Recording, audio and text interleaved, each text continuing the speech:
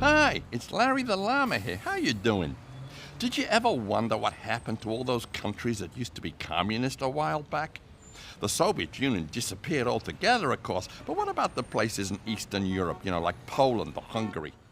Everybody said once they got rid of communism and embraced what's called the free market, it was going to be paradise. Truth is, they ain't been doing too good, most of them. Okay, you got a handful of the ex-commie super rich who grabbed all the cookies, but for ordinary people, capitalism ain't been a barrel of laughs.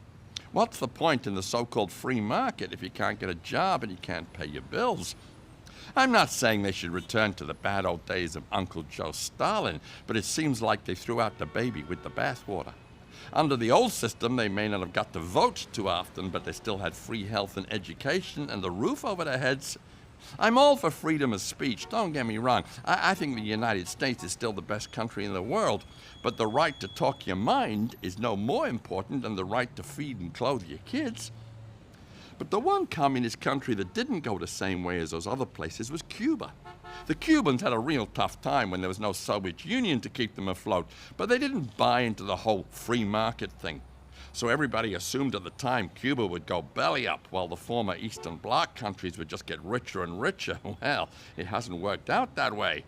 My friend Kareem the Camel told me just the other day that since 1990, the average Cuban is now better off than the average Eastern European. And they got to keep their free education and health service. Life expectancy and infant mortality rates are way, way better in Cuba than in the old communist countries. As good, if not better than ours even. Kareem was also saying that if the U.S. lifted this crazy blockade of Cuba we've had since JFK's time, then Cuba would be doing real well. Kareem's very big on Cuba. Between you and me, I think he's a closet communist, but don't tell him I said so. He'd really get the hump. Hey, hump, camel, get it? Okay, I can hear you groaning from here.